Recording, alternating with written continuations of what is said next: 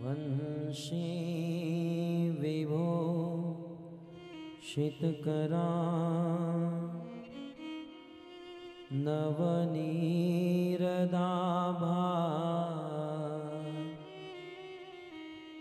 पीताम्बरदरुणबिं बफलधरोष्ठा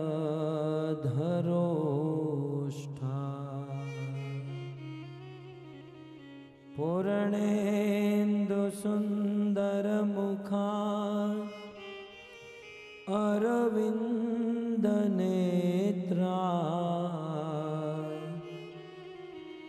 कृष्णात् परं किमपि तत्त्व अहं न जाने।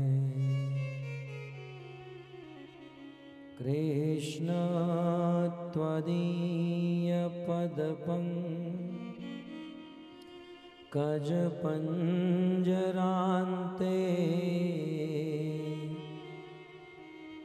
अध्येव मे विशतु मां नसराजहंस।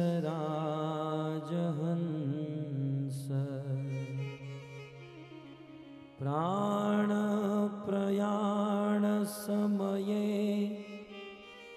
कफवातपि कण्ठावरोधनविधो स्मरण कुतस्ते।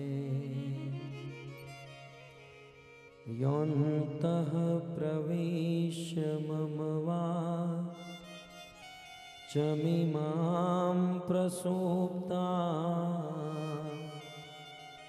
सञ्जीवयत्यखिलशक्तिधरस्वधाम्ना। अष्टहस्तचरण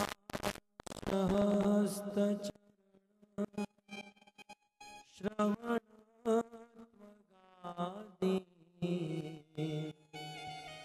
प्राणान्नमो भगवते पुरुषाय तुभ्यम्।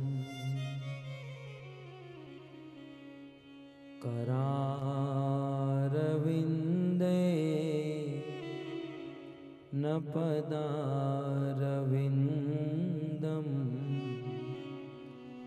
मुखारविन्दे विनिवेशयन्तम्।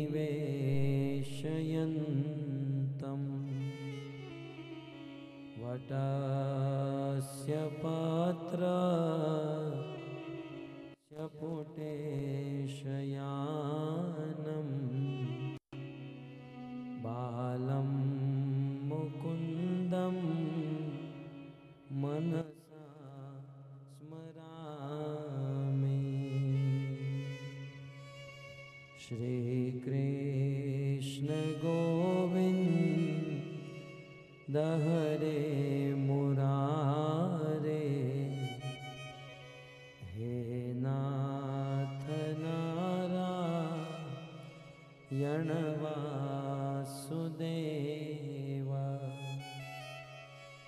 जिह्वे पिबत्स्वामृतमेतदेव गोविन्द दामोदर माधवेति।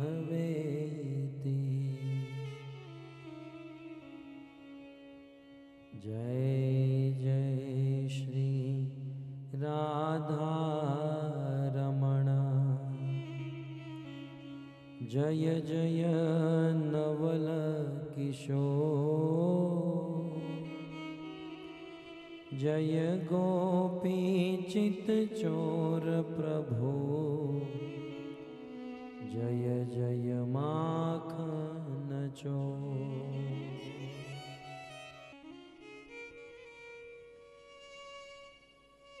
चतुर्भुज रूप में भगवान श्री कृष्ण अवतरित थया। सुखदेव गोस्वामी कहे छे तम अद्भुतम बालकम अंबुजेक्षणम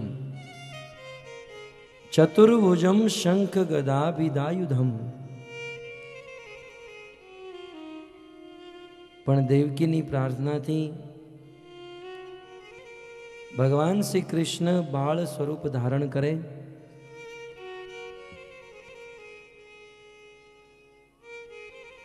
ત્યારબાદ વસુદેવજી ભગવાન શ્રી કૃષ્ણને લઈ મથુરાથી ગોકુળ જઈ રહ્યા છે.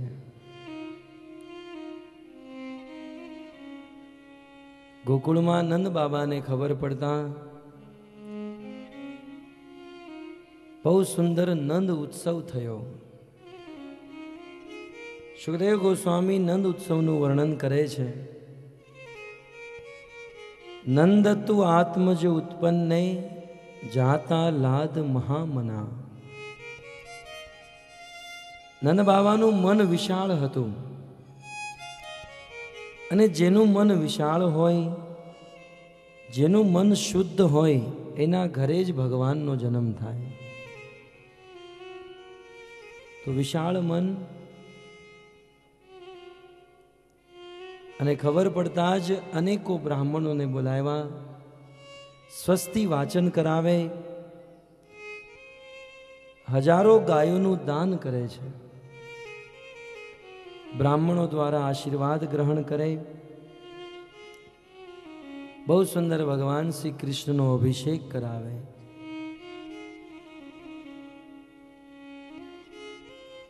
જન્મકરણ સંસ્કાર થાય. ગોકુળમાં આનંદ ઉત્સવ મનાવી રહ્યા છે. કારણ કે નંદના ઘરે આજે સાક્ષાત આનંદનો જન્મ થયો છે. જો આનંદ સિંધુ સુખ રાશિ. રામાયણમાં લખ્યું છે કે ભગવાન આનંદના સમુદ્ર છે. એવા આનંદ ઘન સમુદ્ર નંદ બાબાને ત્યાં પ્રકટ થયા. આજે બ્રજમાં આનંદ હી આનંદ. અનેકો વ્રજવાસી બધાઈ લઈને આવવા માંડે. સુંદર સુંદર વસ્ત્ર પહેરી, બહુ સુંદર ભેટોને લઈ નંદ બાબાને ભેટ પ્રદાન કરે. ધીરે ધીરે ભગવાન શ્રી કૃષ્ણ મોટા થાય.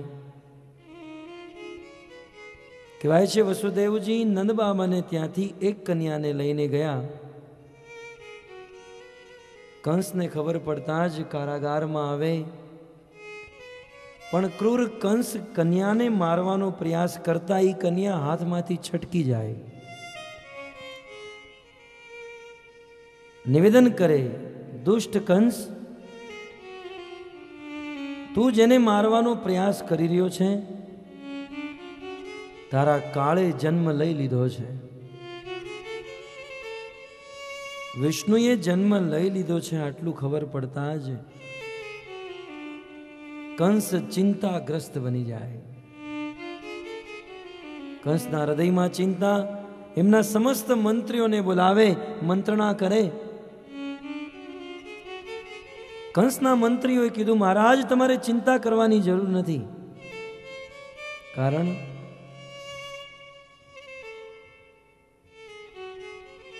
તમારા શત્રુનો જન્મ થયો હશે તો અહીંયા આજુબાજુના જ ગામમાં હશે.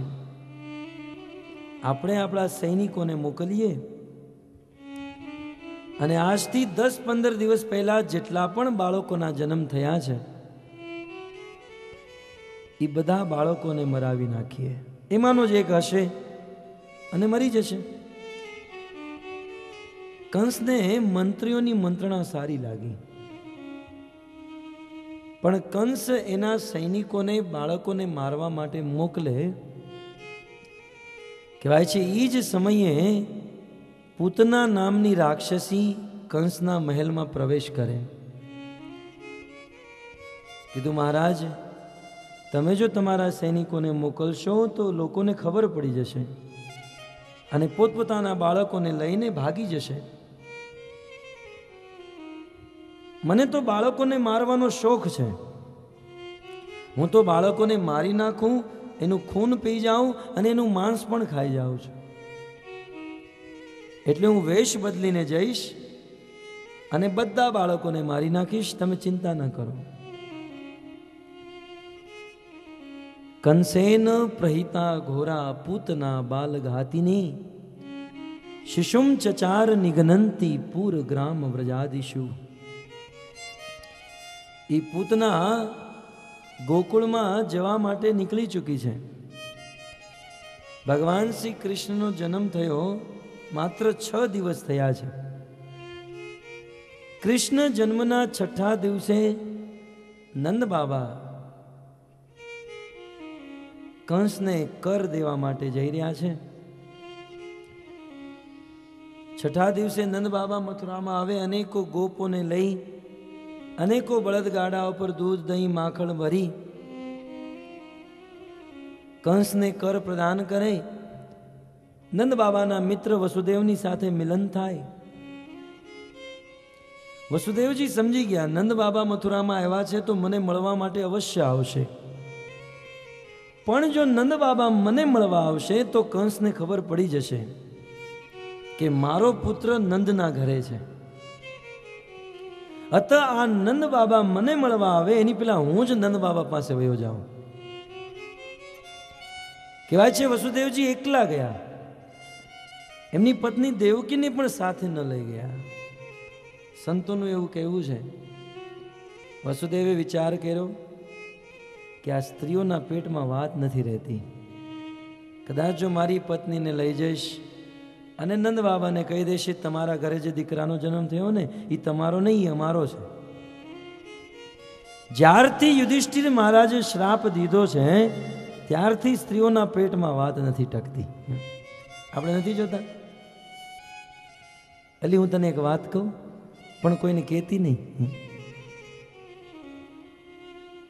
પછી બીજીને વાત કરે, એક વાત કહું કોઈને કહેતી નહીં, એક વાત કહું, એમ કરીને અડધા ગામને વાત કહી દે. આ મેન્યુફેક્ચર ફોલ્ટ છે, આમાં સ્ત્રીઓનો કોઈ દોષ નથી. તો વસુદેવજી એમની પત્નીને પણ ન લઈ ગયા. વસુદેવ એકલા નંદ મહારાજને મળે છે એકાંતમાં. વસુદેવજી ડાયરેક્ટ નથી પૂછી શકતા કે તમારે ત્યાં મારો પુત્ર છે કેમ છે. ઇનડાયરેક્ટલી, અપ્રત્યક્ષ રૂપે વસુદેવજી પૂછે છે, નંદ બાબા તમે સુખી તો છો, મજામાં? તમારું ગોધન મંગળમય તો છે? ગાયોને ખાવા માટે યોગ્ય ઘાસચારો તો મળી રહે છે ને? કારણ કે ગાય જો ઘાસ ખાતી હશે તો મારો પુત્ર ગાયનું દૂધ પીને ખુશ રહેશે. અનેકો પ્રશ્ન પૂછે. નંદ બાબા કે વસુદેવજી મારી ઈચ્છા છે આજની રાત હું મથુરામાં રોકાઈ જાઉં, કાલે સવારે ગોકુળ જઈશ.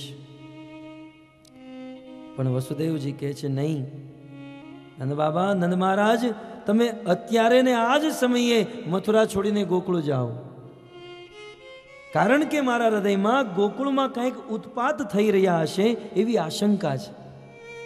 મને એવું લાગે છે કે નિશ્ચિત ગોકુળમાં કંઈક ગડબડ થઈ રહી છે.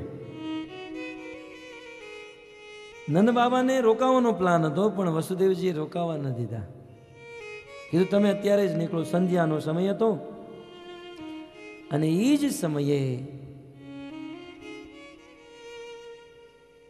બળદગાડા ઉપર સવાર થઈ નંદ અને અનેક ગોપ મથુરાથી ગોકુળ આવવા માટે નીકળ્યા છે. સુખદેવ ગોસ્વામી ભાગવતના 10મ સ્કંદના 6ઠા અધ્યાયમાં પ્રસંગ રાખી રહ્યા છે. નંદપથી વચ શોરે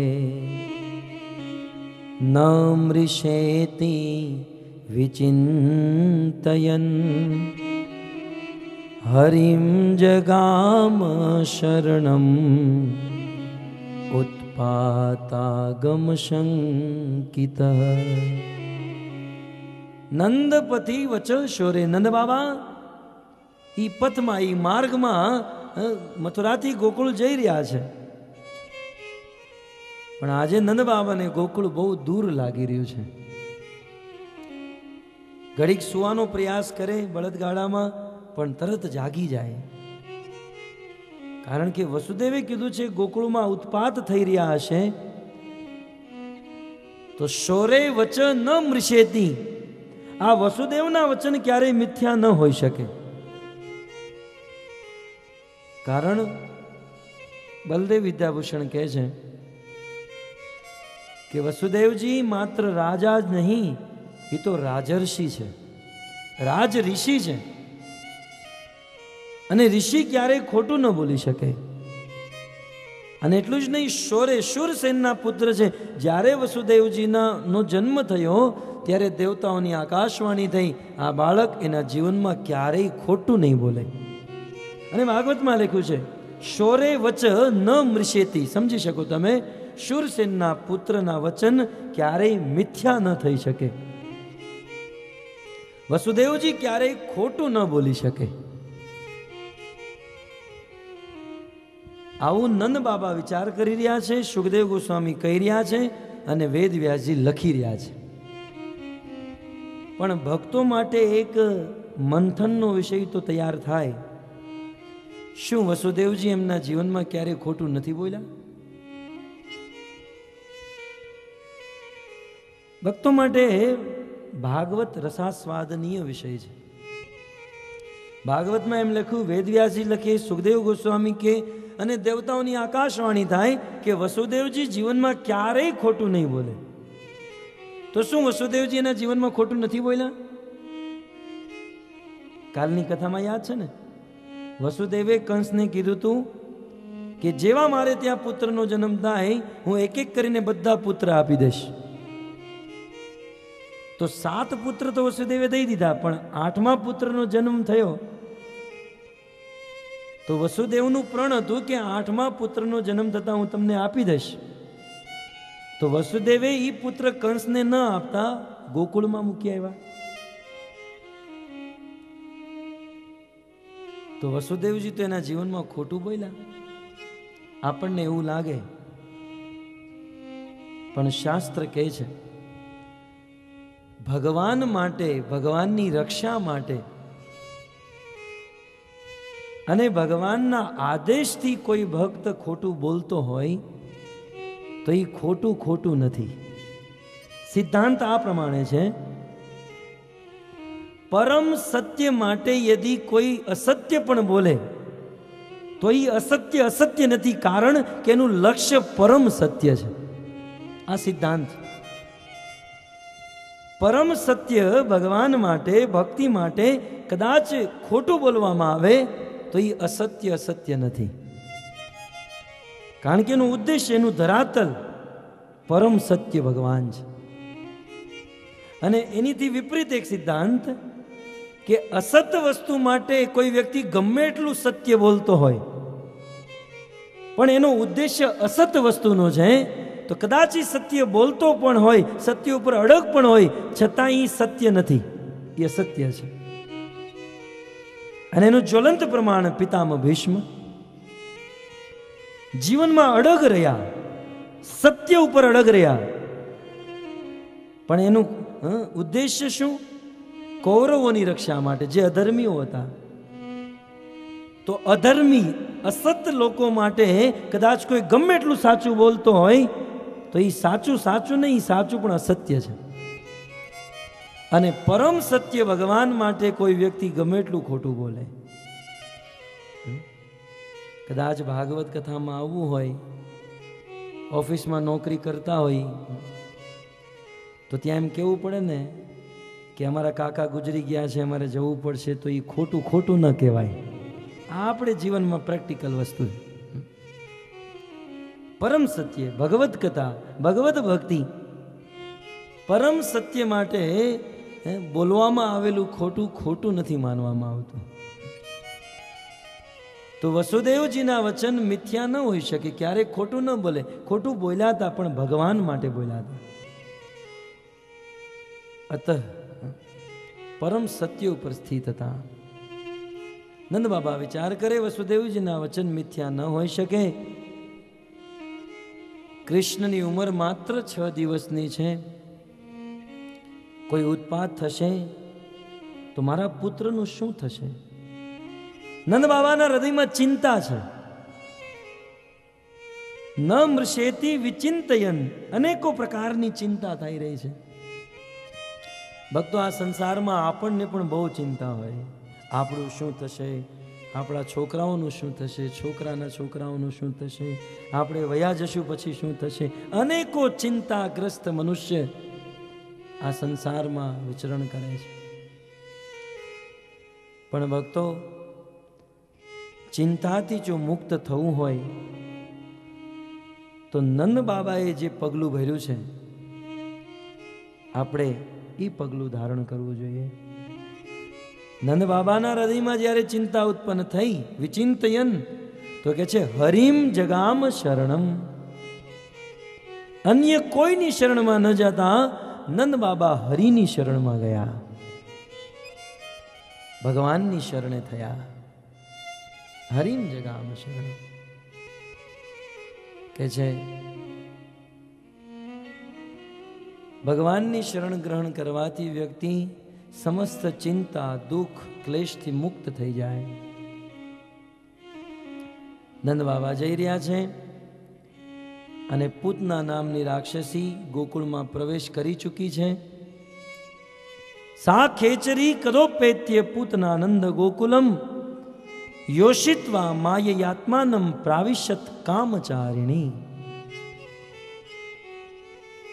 જેવો પૂતનાએ ગોકુળમાં પ્રવેશ કર્યો, આટલું મહારાજ પરીક્ષિતે સાંભળ્યું. કહેવાય છે આ સાંભળતા પરીક્ષિત મહારાજની ચિંતા વધી ગઈ.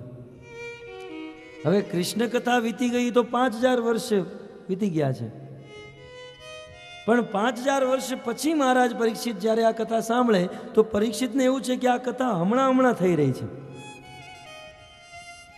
પરીક્ષિત ભાગવત કથાના ઉત્તમ શ્રોતા છે. અને ઉત્તમ શ્રોતા કોને કહેવાય? જે ભગવત કથામાં વર્તમાનમાં એ કથામાં એનો અભિનિવેશ થઈ જાય. કથામાં અભિનિવેશ થવાથી એ ઉત્તમ કોટીના શ્રોતા ગણવામાં આવે છે. કુલશેખર આલવાર આપણા ભારતમાં એક બહુ સુંદર રાજા હતા. ભગવાન રામના ભક્ત હતા. નામ હતું કુલશેખર આલવાર. જ્યારે એ રામકથા સાંભળતા તો એમને એમ લાગતું કે આ રામકથા હમણાં ચાલી જ રહી છે. બ્રાહ્મણે રામકથા સંભળાવતા કીધું, રાવણ બ્રાહ્મણનું રૂપ લઈને આવ્યો, સીતાનું હરણ કરીને વયો ગયો. કુલશેખર આલવાર ઊભા થઈ ગયા. મંત્રીને કીધું, મંત્રી સેનાને તૈયાર કરો. શું થયું મહારાજ? કીધું, દુષ્ટ રાવણે સીતાનું હરણ કરી લીધું છે અને આપણે સીતાને રાવણના પાશમાંથી મુક્ત કરવા જવાના છે. હવે રાજાને કોણ ના પાડે? મંત્રીએ આખું સૈન્ય બળ તૈયાર કર્યું. રાજા સૈન્યને લઈને નીકળ્યા છે. હવે આ રામકથા વીતી ગઈ, એને તો 10 લાખ વર્ષ થયા, પણ રાજાને કોણ રોકે? રાજા એનું સૈન્ય લઈને તૈયાર થયા અને રાવણ સાથે યુદ્ધ કરવા જાય. કહેવાય છે કે મંત્રી બુદ્ધિમાન હતો. પહેલેથી થોડો આગળ વયો ગયો અને વિરુદ્ધ દિશાએથી આવ્યો. બોલે, રાજન, હું હમણાં જ ત્યાંથી આવ્યો છું, રાવણે સીતાને છોડી દીધી. સાચું કે છો? હા, હમણાં હું જોઈને જ આવ્યો, રાવણે સીતાને છોડી દીધી. એ કે તો વાંધો નહીં, તો આ સૈન્યને પાછું લઈ જાઓ. સત્ય ઘટના છે ભક્તો. કથા સાંભળતી વખતે કથામાં અભિનિવેશ થવો જોઈએ. ઉત્તમ કોટીના શ્રોતા એને કહેવાય, જ્યારે કથા સાંભળે તો એ કથા મારી માટે છે. એ કથાને પોતાના જીવનમાં ઉતારવાનો પ્રયાસ કરે અને ઉત્તમ કોટીના શ્રોતા કહેવાય. મહારાજ પરીક્ષિત જ્યારે સાંભળે કે પૂતના રાક્ષસી ગોકુળમાં પ્રવેશ કરી ચૂકી છે, મહારાજ પરીક્ષિતના હૃદયમાં ચિંતા વધી. સુખદેવ ગોસ્વામીએ જોઈ લીધું પરીક્ષિતના હૃદયમાં ચિંતા છે. સિદ્ધાંત કીધો, પરીક્ષિત ડરવાની જરૂર નથી. ન યત્ર શ્રવણાદિની રક્ષો જ્ઞાની સ્વકર્મસુ કુર્વંતી સાત્વતામ ભરતું યાતુ ધાન્યશ્ચ સર્વદા.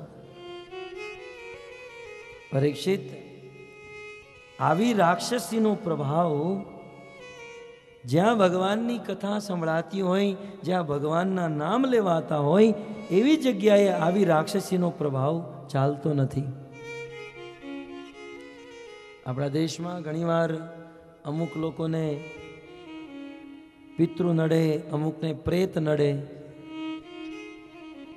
અમુકના હૃદયમાં આત્મા પ્રકટ થઈ જાય, અનેકો પ્રકારની કઠિનાઈ તકલીફ જીવનમાં આવે.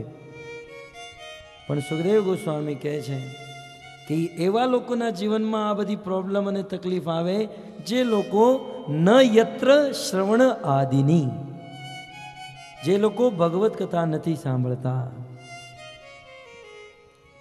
એના જીવનમાં આ બધી તકલીફ આવશે. એના અંદર પ્રેત પણ આવી શકે, આત્મા આવી શકે, એને હેરાન કરી શકે, બધું થાય. પણ જે લોકો ભગવત કથા સાંભળે છે, ભગવાનના નામનું કીર્તન કરે છે, એની પાસે ક્યારેય આસુરી શક્તિ આવી નથી શકતી. તો જે ભગવત કથા સાંભળતા હોય, આસુરી શક્તિનો પ્રભાવ ત્યાં ન ચાલતો હોય, અહીંયા તો સાક્ષાત ભગવાન ઉપસ્થિત છે. પૂતના કૃષ્ણનું કાંઈ નહીં બગાડી શકે. પરીક્ષિત, તમે નિશ્ચિંત રહો. કથા આગળ સંભળાવતા કહે છે કે પૂતના જ્યારે ગોકુળમાં આવી તો આકાશના માર્ગેથી આવી. સા ખેચરી કદોત્પેત્ય. કયા દિવસે આવી? તો કે છે કૃષ્ણ જન્મના 6થા દિવસે રાતે 12 વાગે. પ્રાય જે અસુરો હોય એ રાતે જ વિચરણ કરતા હોય, એટલે અસુરોને શાસ્ત્રમાં નિશાચર કીધા છે. રામાયણ, ભાગવતમાં કે ગીતામાં અસુરોને સંજ્ઞા આપી નિશાચરની. નિશાનો અર્થ થાય રાત, ચર માને વિચરણ કરવું. જે રાતે વિચરણ કરતા હોય એને નિશાચર કહેવાય. આજે પણ અમુક લોકો રાતે 12 વાગે, 1 વાગે રોડ ઉપર આંટા મારતા હોય, પાનના ગલ્લે ઊભા હોય, બિયર બારમાં હોય. ભલે શરીર મનુષ્યનું છે પણ શાસ્ત્ર એને અસુર કહે છે. નિશાચર જે બ્રહ્મ મુહૂર્તમાં સવારમાં ભગવત મંદિરમાં, ભગવત દર્શનમાં, ભગવત ભજનમાં વિચરણ કરતા હોય એને શાસ્ત્ર સાધુ કહે છે, અને જે રાતે વિચરણ કરતા હોય શાસ્ત્ર એને અસુર કહે છે. રાતે પૂતના આવેલી, પણ ગોકુળમાં આવી તો પૂતના એનું રૂપ બદલીને આવી છે. કહેવાય છે બહુ સુંદર ગોપીનું રૂપ ધારણ કર્યું છે. ગોપીનું રૂપ ધારણ કરી સુંદર ભાલમાં તિલક કર્યું છે, ગળામાં તુલસીની કંઠી પહેરી છે, અને ગોકુળમાં પ્રવેશ કરતા ગોકુળવાસીઓએ જ્યારે પૂતનાને જોઈ તો પૂતનાના સુંદર રૂપને જોઈને એવું જ લાગ્યું કે સાક્ષાત લક્ષ્મી વૈકુંઠમાંથી ઉતર્યા છે. વૈકુંઠમાંથી લક્ષ્મી ઉતર્યા છે, નારાયણને મળવા જઈ રહ્યા છે. આ દેવી પૂતના સીધી નંદ બાવાના ઘરે પ્રવેશ કરે. રોહિણી અને યશોદા કૃષ્ણને રમાડે છે. પૂતનાએ કીધું કે યશોદા મૈયા, હું રમાડી શકું કે કૃષ્ણને? બોલે હા. રોહિણી યશોદા રસોઈ ઘરમાં એનું કામ કરવા માટે વયા જાય, અને અહીંયા પૂતના કૃષ્ણ પાસે આવે. કૃષ્ણ ઘોડિયામાં સૂતા છે, પણ પૂતનાને જોઈ ભગવાન શ્રી કૃષ્ણ એમની આંખો બંધ કરી દે. આંખો બંધ કરવાનું કારણ, ભગવાન કૃષ્ણ વિચાર કરે કે હું આ પૃથ્વી ઉપર ધર્મનું પાલન કરવા માટે, અસુરોનો વિનાશ કરવા માટે આવ્યો છું. અસુરોનો વિનાશ કરવા માટે આવ્યો છું, પણ ઓપનિંગમાં જ ત્યાં સ્ત્રી આવી. શું મારે આ સ્ત્રીને મારવી પડશે? જો કદાચ આંખ બંધ કરું તો આ પાછી વહી જાય, પણ આ તો કૃષ્ણને મારવા માટે આવી હતી. કહેવાય છે પૂતનાના સ્તન ઉપર કાળકૂટ નામનું વિષ હતું. કૃષ્ણ પાસે જાય, પણ સુખદેવ ગોસ્વામી એમ કહે છે કે ગરમ ગરમ કોલસો રાખથી ઢકાયેલો હોય અને અભૂત બાળક એને સમજી ન શકે અને ગરમ કોલસાને હાથમાં લઈ લે. એમ પૂતનાએ કૃષ્ણનો પ્રભાવ ન જાણ્યો. કૃષ્ણને હાથમાં લઈ લીધા. બહારથી તો બાળક સમાન હતા, પણ અંદરથી તો કાળના પણ કાળ હતા. કૃષ્ણને હાથમાં લઈ લે. પૂતના એમના સ્તનનું પાન કરાવે, પણ કૃષ્ણ પૂતનાનું સ્તન પીવાની ઈચ્છા નહોતી, પણ જબરદસ્તી પરાણે એમનો સ્તન કૃષ્ણના મુખમાં મૂકે. ભગવાન શ્રી કૃષ્ણ પૂતનાના સ્તનનું પાન કરે. ત્યારબાદ શ્રીપાદ વલ્લભાચાર્ય લખે છે સુબોધિનીમાં કે પૂતનાના સ્તનનું પાન કરતા કરતા ભગવાન શ્રી કૃષ્ણ પૂતનાના પ્રાણ પીવા માંડે છે. પ્રાણ ભાગવતમાં શ્લોકમાં લખ્યું છે પ્રાણ. તો આમાં બહુવચનનો ઉપયોગ કર્યો છે. વિચાર કરવામાં આવે તો પૂતના એક હતી, તો બહુવચનમાં કેમ કીધું? અનેકો પ્રાણ પીવા માંડ્યા ભગવાન કૃષ્ણ. આચાર્ય પાદ મહાપ્રભુજી સુબોધિનીમાં લખે છે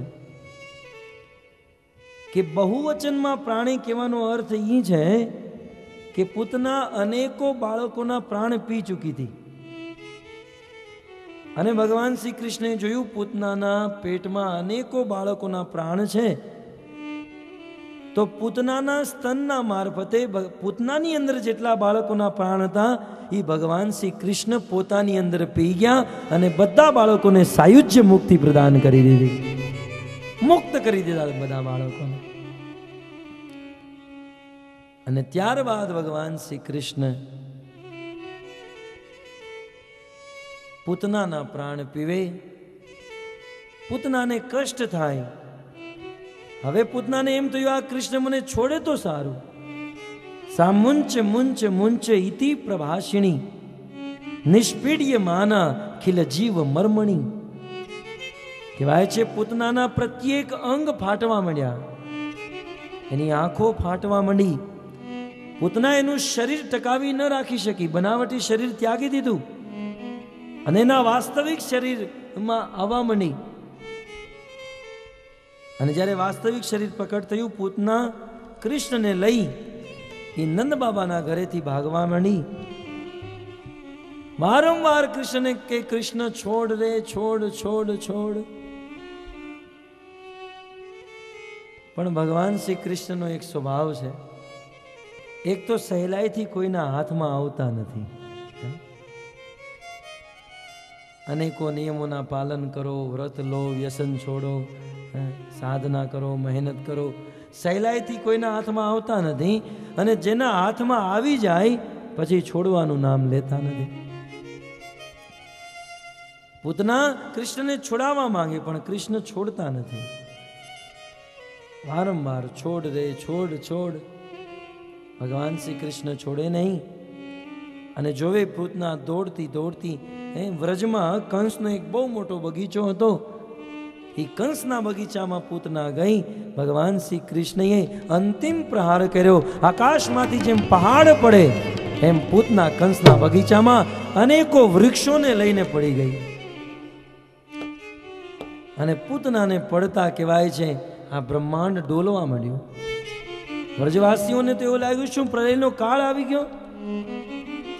અને સમસ્ત વ્રજવાસીઓ જ્યારે આવ્યા તો પૂતનાનું બૃહદ શરીર કહેવાય છે 6 કોષ 18 કિલોમીટર લાંબુ પૂતનાનું શરીર હતું. 18 કિલોમીટર લાંબુ શરીર, અને એની ઉપર ભગવાન શ્રી કૃષ્ણ રમી રહ્યા હતા. યશોદા મૈયા એ દ્રશ્ય જોયું, મૂર્છિત થઈ ગયા. અન્ય ગોપીઓ આવી એ પૂતનાના શરીર ઉપર ચડી કૃષ્ણને ઉતારી યશોદાના ખોળામાં મૂકે. યશોદાની મૂર્છા દૂર થાય, ચેતન અવસ્થામાં આવે. એક પ્રશ્ન તો થઈ શકે કે આ શું ગોપીઓને આ પૂતના જેવી રાક્ષસીના શરીર ઉપર ચડતા ડર નહીં લાગ્યો હોય? આજની સ્ત્રીઓને તો શમશાનમાં પણ નથી જવા દેતા, કારણ કે મૃત શવને જોઈ એમનું હૃદય બહુ નરમ હોય, જોઈ નહીં શકે.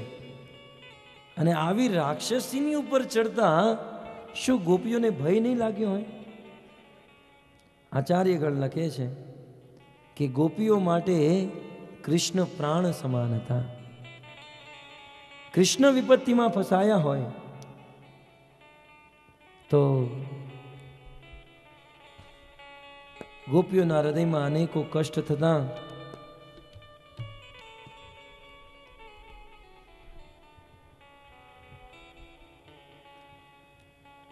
ગોપીઓએ કૃષ્ણની રક્ષા કરી. એનું એક જ કારણ કૃષ્ણ પ્રત્યે અત્યંત પ્રેમ હતો અને પ્રેમના વશીભૂત થઈ કૃષ્ણની રક્ષા કરી.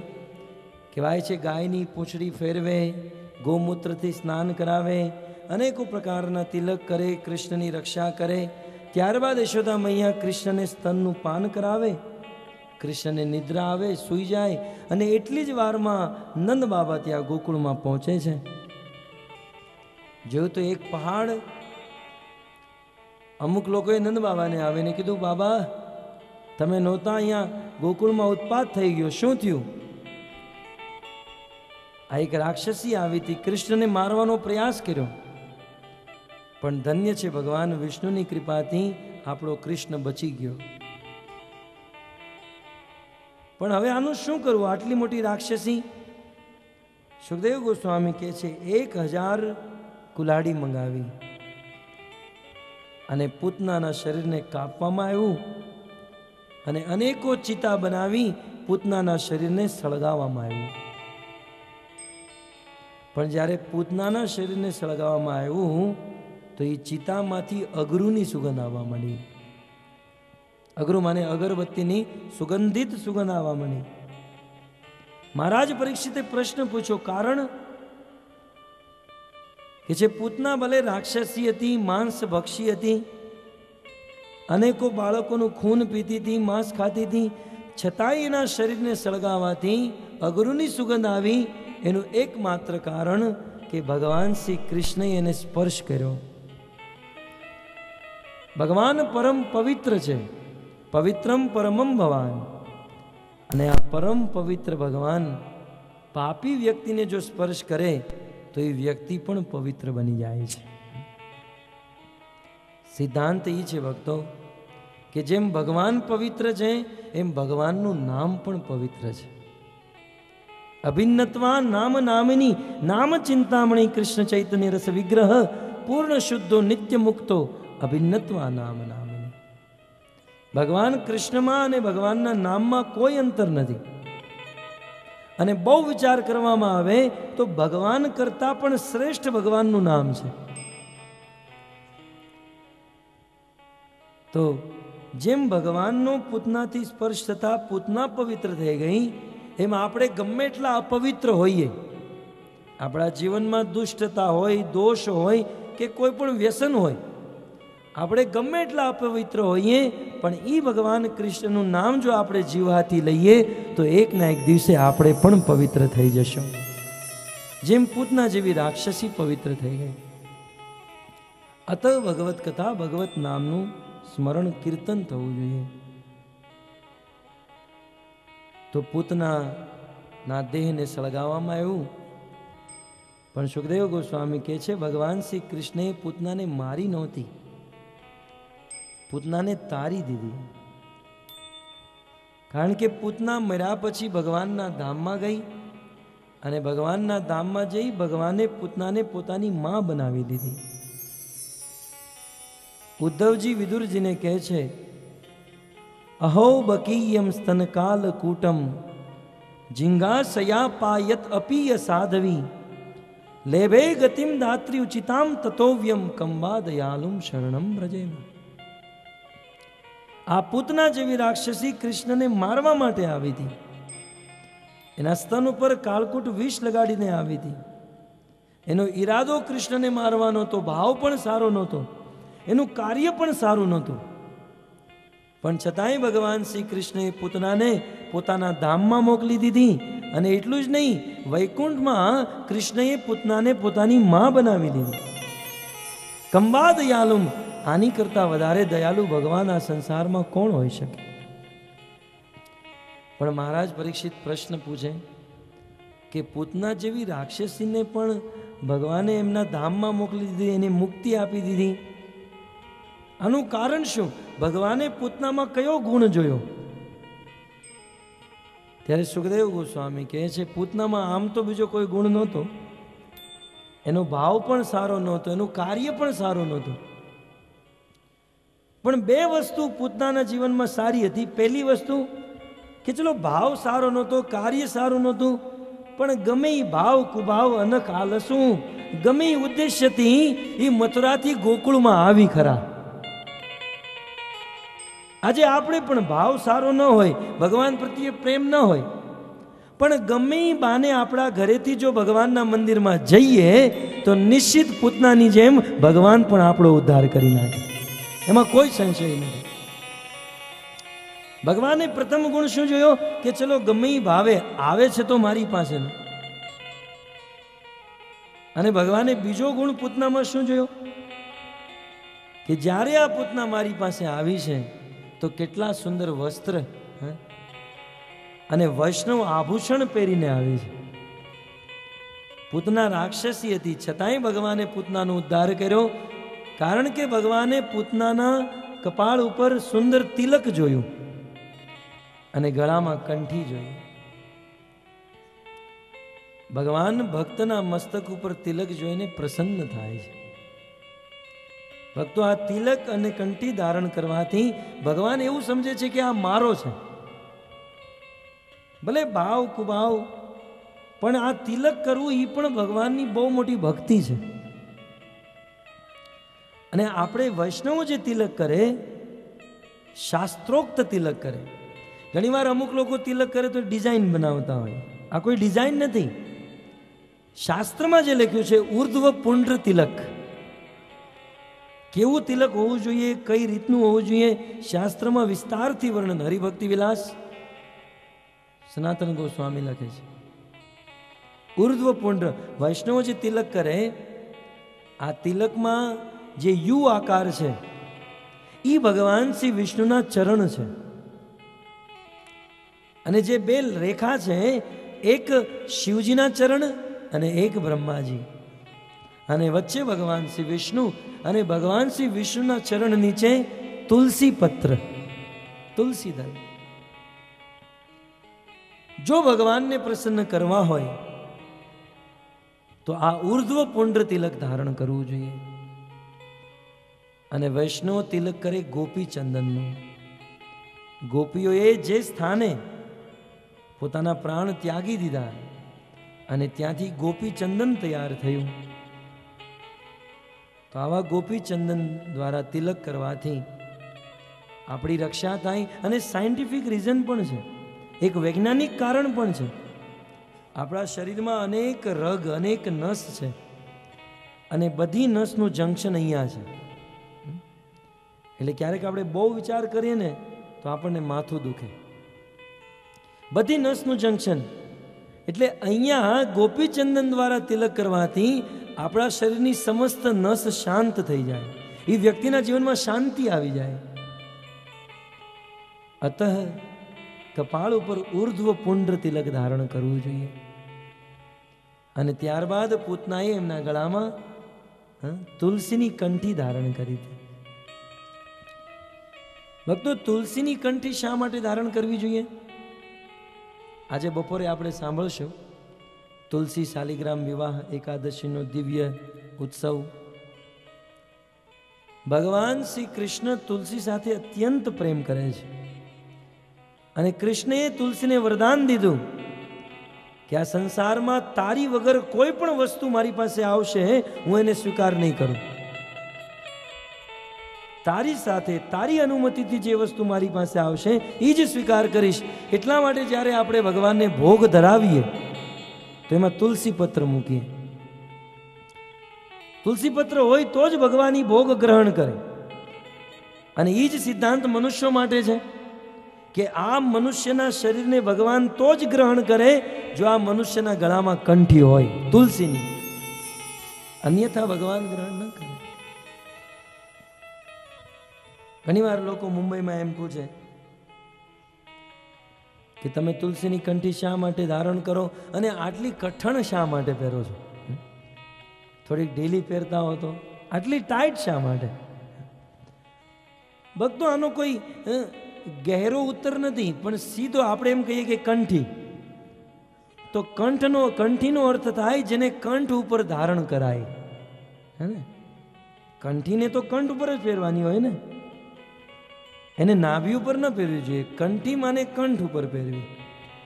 અને કંઠ ઉપર પહેરવાનું તાત્પર્ય શું છે કે જો આ કંઠી આપણા કંઠ ઉપર હોય તો આપણે આપણા મુખમાં કોઈ પણ વસ્તુ નાખીએ તો તુલસીને સ્પર્શ થઈને અંદર જાય, પવિત્ર થઈને અંદર જાય.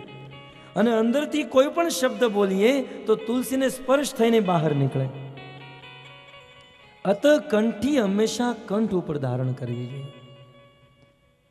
મુંબઈમાં ઘણી વાર લોકો પૂછે કે નહીં, છતાંય કંઈક પ્રેક્ટિકલ રીઝન આપો કે વૈષ્ણવ કંઠી શા માટે પહેરે. તો અમે જવાબ આપીએ કે વર્તમાનમાં મુંબઈમાં કૂતરાઓની સંખ્યા બહુ વધી ગઈ છે. ગામડાઓમાં તો હજી ગાય ગોધન છે. તો એ જ્યારે કોઈ શેરીમાં, કોઈ ગલીમાં કે કોઈ સોસાયટીમાં બહુ કૂતરા વધી ગયા હોય તો મ્યુનિસિપાલિટીની વેન આવે કૂતરાને પકડવા માટે. બૃહદ મુંબઈ નગરપાલિકાની એક વેન આવે અને પછી એના માણસો કૂતરાઓને પકડી અને એ વેનમાં પૂરી અને લઈ જાય. તો જ્યારે મ્યુનિસિપાલિટી વાળા આવે કૂતરાઓને પકડે અને એને લઈ જાય, પણ જો અમુક કૂતરાના ગળામાં પટ્ટા હોય તો કૂતરાના ગળામાં પટ્ટો જોવે તો એને લાગે કે નહીં, આ કોઈકનો પાળેલો કૂતરો છે. તો એ લોકો પાળેલા કૂતરાને ન લઈ જાય અને જેના ગળામાં પટ્ટા ન હોય એ બધાને ઉપાડે. તો ભક્તો એવી જ રીતે મર્યા પછી આપણા જીવનમાં મ્યુનિસિપાલિટીની વેન એટલે કે યમરાજના દૂત આવશે અને બધાને નરકમાં લઈ જશે. અને જેના ગળામાં આ તુલસીની કંઠીનો પટ્ટો હોય યમરાજજી એને છોડી દેશે કે આ ભગવાન વિષ્ણુનો પાળેલો આદમી છે. કેટલું પ્રેક્ટિકલ દ્રષ્ટાંત છે. અતઃ ભક્તો માટે, વૈષ્ણવો માટે કંઠી અને તિલક આભૂષણ છે. તો દેવી પૂતના આ કંઠી અને તિલક ધારણ કરીને આવેલી. પદ્મ પુરાણમાં તો કથા છે આ તિલકની કેટલી મહિમા. એક વ્યક્તિએ જીવનમાં બહુ પાપ કર્યું હતું અને એક દિવસ કોઈ માર્ગેથી જતો હતો, એનું એક્સિડન્ટ થઈ ગયું. એને લેવા માટે યમરાજના દૂત આવ્યા અને એ જ સમયે એક કાગડો ત્યાંથી ઉડ્યો. તો ઉડતા ઉડતા એ વ્યક્તિના કપાળ ઉપર ચરકી ગયો. કાગડો તો વયો ગયો, પણ યમરાજના દૂતે દૂરથી જોયું તો આ તો વૈષ્ણવ છે, આને તો તિલક કર્યું છે, કે આ આપણો માણસ નથી, આને છોડો. જેને તિલક ન કર્યું હોય એને આપણે લઈ જવાના છે. ભાગવતમાં લખ્યું છે. અજામિલ પ્રસંગ પછી, કારણ કે એ પ્રસંગમાં થોડી કન્ફ્યુઝન થઈ ગઈ હતી, તો અજામિલ પ્રસંગ પછી યમરાજજીએ એક ઉપદેશ દીધો કે હે યમદૂતો, તમારે નરકમાં કોને લાવવાના અને કોને નહીં લાવવાના. જીવહા ન વક્તિ ભગવત ગુણનામ ધેયમ ચેતસ્ય ન સ્મરતિ તત ચરણાર વિંદમ.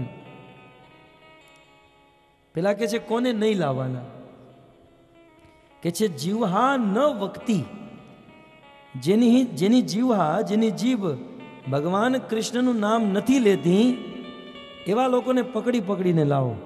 આપણે નરકમાં એની ધુલાઈ કરશું, એને દંડ આપશું. પણ યમરાજના દૂતો કે અમુક લોકો ગૂંગા હોય તો, બોલી ન શકતા હોય તો ઠીક છે, જીવહા ન હોય તો ચેતસ્ય ન સ્મરતી, ચલો એ બોલી નથી શકતા, સ્મરણ તો કરી શકે. તો જે લોકો ભગવાનનું સ્મરણ ન કરતા હોય એને તમે નરકમાં લઈને આવો. યમરાજના દૂત કે અમુક લોકોને સ્મરણ કરવાની બુદ્ધિ નથી હોતી, અમુક તો પાગલ જેવા હોય છે, તો એવાને તો એ તો લેવા દેવા વગરના નરકમાં આવવું પડે ને. યમરાજે કીધું કોઈ વાંધો નહીં, બોલી ન શકતા હોય, સ્મરણ ન કરી શકતા હોય, ભગવાનને પ્રણામ તો કરી શકે ને. કૃષ્ણાય નો નમતી યત શિર એકદાપી, જે પોતાના જીવનમાં, પોતાના દિવસમાં એક વાર પણ ભગવાન શ્રી કૃષ્ણને પ્રણામ ન કરતો હોય એવા વ્યક્તિને તમે નરકમાં લઈને આવો, એને આપણે દંડ આપશું. બાકી જે કૃષ્ણનું નામ લેતા હોય, જે કૃષ્ણનું સ્મરણ કરતા હોય, કંઠી પહેરતા હોય, તિલક કરતા હોય, કે પછી કૃષ્ણના ચરણોમાં પ્રણામ કરતા હોય, આવા જીવોને ક્યારેય નહીં લાવતા. આ યમરાજના વચન ભાગવતમાં છે. તો આમ કંઠી અને તિલકની મહિમા, વૈષ્ણવોનું તો આભૂષણ છે. કંઠી અને તિલક ધારણ કરી ભગવાનને પ્રસન્ન કરવા જોઈએ.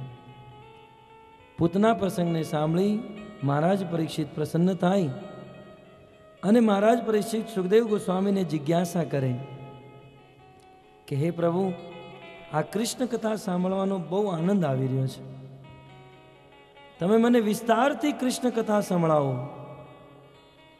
કારણ કે કૃષ્ણ કથા સાંભળવાથી સમસ્ત પ્રકારની તૃષ્ણા સમાપ્ત થઈ જાય છે. કૃષ્ણ કથા સાંભળવાથી ભગવાન પ્રત્યે પ્રેમ ઉત્પન્ન થઈ જાય અને કૃષ્ણ કથા સાંભળવાથી ભગવાન પ્રત્યે જ નહીં, ભગવાનના ભક્તો સાથે પણ મૈત્રી થઈ જાય છે. સંસારમાં પણ એક ક્રાંતિ આવી જાય છે. મનુષ્યો વચ્ચે આપસમાં પ્રેમ ઉત્પન્ન થઈ જાય. કથા સંભળાવો. ત્યારબાદ સુખદેવ ગોસ્વામી ભગવાન શ્રી કૃષ્ણની ઉંમર 3 મહિનાની થઈ અને કૃષ્ણ જન્મ નક્ષત્ર હતો. અનેકો અતિથિઓને બોલાવ્યા અને અતિથિઓનું સ્વાગત કરવામાં યશોદા મૈયા એંગેજ થયા. કૃષ્ણને સ્તનનું પાન કરાવી જોયું. ઘરે બહુ બધા અતિથિ આવ્યા છે એટલે કૃષ્ણને બહાર એક ગાડું હતું જેમાં બળદ જોડેલા નહોતા, પણ એ ગાડા ઉપર અનેકો માટલા, એમાં દૂધ, દહીં, માખણ હતું. એ ગાડાની નીચે એક વસ્ત્ર પાથરી કૃષ્ણને સુવડાવી દીધા. અમુક બાળકો ત્યાં રમતા હતા. કીધું કૃષ્ણનું ધ્યાન રાખજો. યશોદા મૈયા અંદર જાય, પણ કૃષ્ણને ક્રોધ આવ્યો કે હું મારું વૈકુંઠ છોડી, અનંત ઐશ્વર્ય છોડીને, સોનાના સિંહાસન અને સોનાના પલંગ છોડીને યશોદાના ઘરે આવ્યો અને એ મને બળદગાડા નીચે સૂર આવે છે. મારી કોઈ વેલ્યુ જ નહીં આ ઘરમાં. અને અંદરથી ભગવાન શ્રી કૃષ્ણ સમજી ગયા કે અહીંયા અસુર આવીને બેઠો છે. શક્ટાસુર નામનો અસુર એ ગાડામાં અલક્ષિત રૂપે પ્રકટ થઈ રહ્યો ઉભો હતો. અને એને વિચાર કર્યો કે થોડી જ વારમાં હું આ ગાડાને કૃષ્ણ ઉપર પાડી દઉં અને કૃષ્ણને મારી નાખું. પણ કહેવાય છે એ જ સમયે ભગવાન શ્રી કૃષ્ણ રડે અને રડતા રડતા કૃષ્ણના પગ ઉપર થાય. કૃષ્ણનો અંગુષ્ઠ એ ગાડા સાથે સ્પર્શ થતા ગાડું 100 ફૂટ ઉપર ઉછળ્યું અને ગાડું નીચે પૃથ્વી ઉપર જોરથી અવાજ કરીને પડ્યું. ગાડું પડતા જ બધા અતિથિઓ અંદરથી બહાર આવ્યા. યશોદા મૈયા આવે. એ માટલાઓને તૂટેલા જોઈ, ગાડાને તૂટેલું જોઈ યશોદા મૈયા મૂર્છિત. નંદ બાબા આદિ ગોપ આવે. કૃષ્ણ સહી સલામત હતા, સુરક્ષિત હતા. પણ બધા ગોપો પૂછવા પડ્યા કે આ ગાડું ઊભા ઊભા કેવી રીતે પડ્યું? નાના નાના બાળકો રમતા હતા. કીધું કે અમને ખબર છે. કૃષ્ણ રડવા માંડ્યા અને કૃષ્ણે જેવો પગ ઊંચો કર્યો, કૃષ્ણનો પગ સ્પર્શ થતા ગાડું ઉપર વયું ગયું. આજે મોટા મોટા ગોપ હતા ને કહેવા માંડ્યા, હે ચૂપ, આ 3 મહિનાના બાળકનો પગ સ્પર્શ થતા ગાડું ઉલ્લે? તમારામાં બુદ્ધિ નથી, તમે બધા મૂર્ખ બાળકો છો. સુખદેવ ગોસ્વામી કહે છે કે બાળકોની ભાષા વેદ જેવી સત્ય હોય છે, પણ સંસારના અમુક અહંકારીઓ જેને પોતાની ઉંમરનો અભિમાન હોય એ લોકો ક્યારેય બાળકોની સત્ય વાતોને માનતા નથી. પણ જે બુદ્ધિમાન વ્યક્તિ હોય, ભલે આપણાથી નાનો હોય, પણ જો સત્ય સનાતન વાત કરતો હોય તો એને જીવનમાં સ્વીકાર કરવી જોઈએ. તો આમ તૃણાવર્તનો વધ કરે. ત્યારબાદ વસુદેવજી એમના કુળ પુરોહિત, યદુવંશીઓના કુળ પુરોહિત ગર્ગાચાર્યને બ્રજમાં મોકલે. તમે જાઓ અને મારા પુત્રોનું નામકરણ સંસ્કાર કરો. ગર્ગાચાર્ય વ્રજમાં આવે છે. નંદ બાબા ગર્ગાચાર્યનું સ્વાગત કરે, અદ્ભુત સ્વાગત. ગર્ગાચાર્યને જોઈ નંદ બાબા સ્થાન ઉપરથી ઊભા થઈ જાય, બંને હાથ જોડે અને પ્રસન્ન થઈ ગર્ગાચાર્યનું સ્વાગત કરે, ચરણ ધોવે, હાર માળા પહેરાવે, ભોજન કરાવે. અને ત્યારબાદ નંદ બાબાએ બહુ સુંદર વાત કરી. આપ જેવા મહાત્મા આજે અમારા ઘરે પધાર્યા છે, અમારા પિતૃઓ પ્રસન્ન થઈ ગયા. અને એટલું જ નહીં, આપ જેવા મહાત્મા જ્યારે પોતાના મઠ મંદિરોથી નીકળે છે તો પોતાની માટે નહીં, અમારી જેવા ગ્રહસ્થોના ઉદ્ધાર કરવા માટે નીકળે છે. મહત વિચલનમ નૃણામ ગૃણામ દિન ચેતસામ. મહાત્માઓનું ભ્રમણ માત્ર ગ્રહસ્થીઓના ઉદ્ધાર માટે હોય છે. તો તમારી જેવા મહાત્મા અમારે ઘરે પધાર્યા છે, આજે હું ધન્ય થઈ ગયો. બસ હું તમને નિવેદન કરું, મારા બંને પુત્રનું નામકરણ કરો. ગર્ગાચાર્યએ કીધું, હું યદુવંશીઓનો કુળ પુરોહિત છું. જો હું તમારા પુત્રનું નામકરણ કરું તો કંસને ખબર પડી જશે. ગર્ગાચાર્ય નંદ બાબા કે અહીંયા કોઈ નથી, ગાય ચરવા ગઈ છે, બધા ખેતરમાં ગયા છે, કોઈને ખબર નહીં પડે. ગર્ગાચાર્યએ કીધું, દિવાલોને પણ કાન હોય છે, દિવાલને પણ કાન હોય છે. કીધું કોઈ વાંધો નહીં, તો હું તમને ગોશાળામાં લઈ જાઉં, ત્યાં કોઈ નથી. ગર્ગાચાર્ય નંદ બાબા અને બંને પુત્રને લઈ ગોશાળામાં જાય અને પ્રથમ જ્યેષ્ઠ પુત્ર ગર્ગાચાર્યના હાથમાં મૂકે, ખોળામાં બેસાડી ગર્ગાચાર્ય નામકરણ કરે. આ તમારો પુત્ર નંદ મહારાજ, તમારો મોટો પુત્ર એની લીલાથી, એના કાર્યથી લોકોને આનંદ આપશે, પોતાના કાર્યોથી લોકોને આનંદ અપાવશે. અતઃ આનું નામ હું રામ રાખું છું. અને બલાધિક્યાત બલમ વિદુ, અને આ બળવાનોમાં શ્રેષ્ઠ હશે, અતઃ એનું નામ હું બળ રાખું છું, બળરામ. અને બે કુળને ભેગા કરશે માટે આનું એક નામ સંકર્ષણ રાખું છું. જ્યારે મોટા પુત્રનું નામકરણ થઈ ગયું ત્યારબાદ નાના પુત્રને ગર્ગાચાર્યના ખોળામાં મૂકે છે. પણ નાના પુત્રને ખોળામાં લેતા જ ગર્ગાચાર્યને સમાધિ લાગી ગઈ. સાક્ષાત પરબ્રહ્મ, અનંત કોટી બ્રહ્માંડના અધિપતિ જેના ખોળામાં બેઠા છે, અષ્ટ સાત્વિક વિકાર આવી ગયા, અચેતન અવસ્થા થઈ ગઈ. નંદ બાબા ગર્ગાચાર્યને બોલાવે, ચેતનામાં લાવે. કીધું, નંદ મહારાજ, આ તમારો પુત્ર અનેકો જન્મ ધારણ કરી ચૂક્યો છે અને અનેકો અવતાર ધારણ કરશે, અને પ્રત્યેક યુગમાં આનો અલગ અલગ રંગ હોય છે. સતયુગમાં આ સફેદ વર્ણનો હોય છે, ત્રેતાયુગમાં રક્ત વર્ણનો, કલયુગમાં પિત્ત વર્ણનો, અને ઇદાનીમ અત્યારે કૃષ્ણતામ ગતઃ, અને અત્યારે આ શ્યામ વર્ણનો છે. અત હું તમારા પુત્રનું નામ કૃષ્ણ રાખું છું. શ્રી કૃષ્ણચંદ્ર ભગવાન કી જય. ગર્ગાચાર્ય ભગવાન શ્રી કૃષ્ણનું નામકરણ કરે. કૃષ્ણનો અર્થ થાય સર્વાકર્ષક, જે પોતાના રૂપથી બધાને આકર્ષિત કરી લે. અને ત્યારબાદ ગર્ગાચાર્ય કહે છે, બહુની સંતિ નામાની, તમારા આ પુત્રના એક નહીં અનેકો નામ છે. હરિતારા, કેટલા નામ? 1000. 1000 પણ નહીં, 1000થી પણ વધારે છે. તો હરિના 1000થી પણ વધારે નામ હોય તો શું કંકોત્રી નહીં લખવાની? આપણે ક્યાંક એવું ભજન ગાઈએ છે ને, કયા નામે લખું કંકોત્રી. બસ આપણે ભજન જ ગાઈએ, કયા નામે લખું, કયા નામ, બાનું જ કાઢીએ. એમાંથી એક નામ લઈને લખી ક્યારે આપણે કંકોત્રી? અમુક ભજનોમાં પણ સિદ્ધાંતની કમી હોય છે. તો આ તમારા પુત્રના અનેકો નામ છે, બહુની સંતિ નામાની, પણ આ તમારો પુત્ર અનેક અનેક વિપત્તિઓથી તમારી રક્ષા કરશે.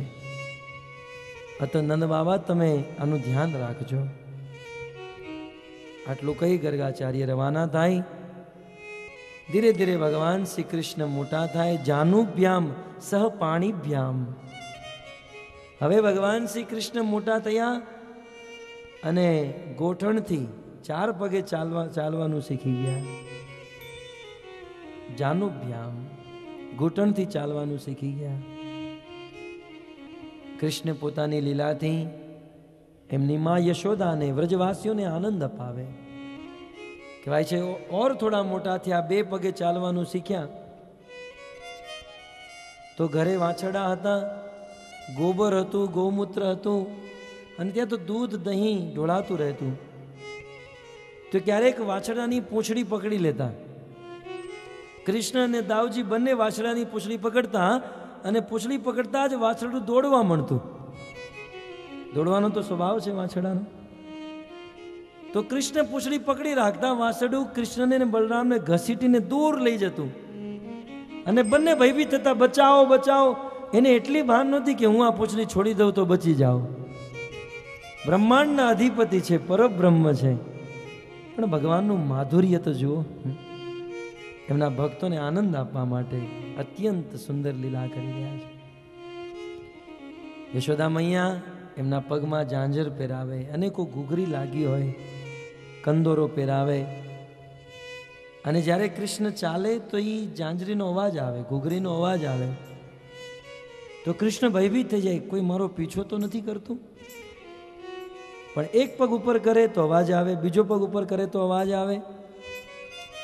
કૃષ્ણ જોવે કે આ મારું અનુગમન કોણ કરી રહ્યું છે, અને કૃષ્ણનું અનુગમન કોઈ કરી રહ્યું છે, આટલું સાંભળતા જ કૃષ્ણ નાચવા માંડે. ત્યારબાદ ધીરે ધીરે કૃષ્ણ હજુ મોટા થાય છે, પણ કૃષ્ણને નાવાનું નથી ગમતું. યશોદા મૈયા જબરદસ્તી નવડાવે છે. કૃષ્ણને દહીં માખણ ખાવામાં અત્યંત આનંદ થઈ રહ્યો, પણ દૂધ નથી પીતા. મૈયા યશોદા પરાણે દૂધ પીરાવે, અને જ્યારે કૃષ્ણ દૂધ ન પીવે તો યશોદા કે કાના, જો તું દૂધ નહીં પીવે ને તો તારી આ જે શિખા છે ચોટી, એ બળદેવ જેવી મોટી નહીં થાય. કૃષ્ણ ઘણી વાર કહેતા હતા કે આ મારા ભાઈની ચોટલી આટલી મોટી ને મારી કેમ નાની. તો યશોદા કે કૃષ્ણ તું દૂધ પીશ ને તો તારી ચોટલી પણ તારા ભાઈ જેવડી થઈ જશે. અને જ્યારે આટલું સાંભળતા તો કૃષ્ણ ઘટઘટ દૂધ પી જતા. 1 દિવસ 2 દિવસ રોજ કાચ સામે ઉભા રહે, આ ચોટલી હજી મોટી નથી થતી, આ હજી મોટી નથી થતી. અને એક દિવસ તો ગુસ્સો આવી ગયો અને મૈયાને આવીને કે મૈયા. સુરદાસજીએ બહુ સુંદર પદ લખ્યા છે આ બાળ લીલા ઉપર. કબહી બઢેગી ચોટી મૈયા, કબહી બઢેગી ચોટી. મૈયા તું તો કહેતી હતી ને કે દૂધ પીવાથી ચોટલી વધશે. આટલું દૂધ પીવું છું, રાત દિવસ દૂધ પીવું છું, છતાંય ચોટલી નથી વધતી. જા, આજ પછી હું તારી સાથે નહીં બોલું. હું જ્યારે મોટો થઈશ ત્યારે મારા પિતા નંદ બાબાની સેવા કરીશ, તારી માટે હું સાડી પણ નહીં લાવું. આવું સુરદાસજી લખે છે. ભગવાન શ્રી કૃષ્ણ એમની કાલી ગેલી ભાષાથી યશોદા મૈયાને પરમ સુખ આપતા હતા. એટલું જ નહીં, કૃષ્ણ હજુ થોડા મોટા થયા, લગભગ 3 વર્ષના. જ્યારે બરોબર ચાલવાનું શીખી ગયા તો કૃષ્ણની પ્રથમ લીલા વ્રજમાં ચાલુ થઈ, ચોરી કરવાની.